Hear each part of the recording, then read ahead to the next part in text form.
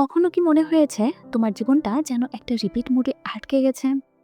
একই সকাল, একই অজুহাত, একই হতাশা।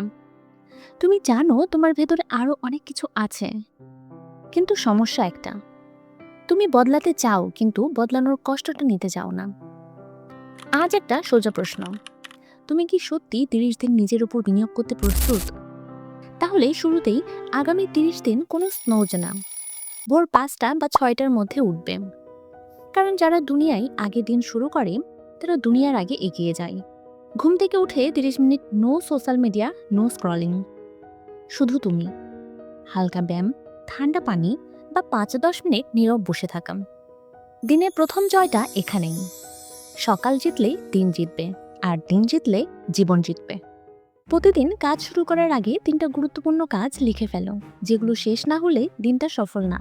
তারপর 90 মিনিটে ডিপ ফোকাস, ফোন দূরে, নোটিফিকেশন বন্ধ, ইন্টারনেট অফ থাকলে আরও ভালো। মনে রেখো, 8 ঘন্টা ব্যস্ত থাকা মানেই প্রোডাক্টিভ না, 90 মিনিট মনোযোগী কাজ অনেকের পুরো দিনের চেয়েও শক্তিশালী। এই 30 দিনে তুমি কনজিউমার না, তুমি হবে ক্রিয়েটর। তোমার ভেতরের শক্তিকে জাগাও। প্রতিদিন অন্তত 10 মিনিট নীরবতা, চোখ বন্ধ করো, শ্বাসের দিকে মন দাও। এখানেই তুমি নিজের ভয় চিনবে, নিজের দুর্বলতা চিনবে, আর বুঝবে তুমি আসলে কি চাও। ভয়কে এড়িয়ে যেও না, ভয়ের দিকে হেঁটে যাও।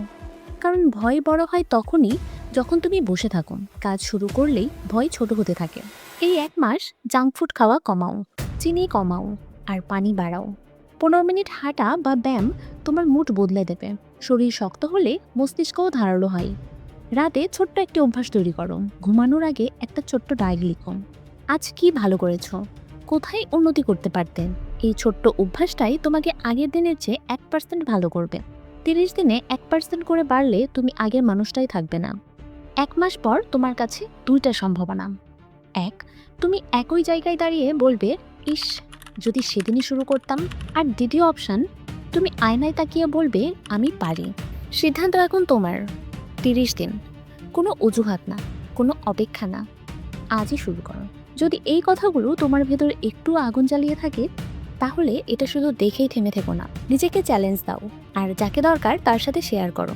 কারণ পরিবর্তন সোমবার থেকে না, পরিবর্তন শুরু হয় এখন থেকেই।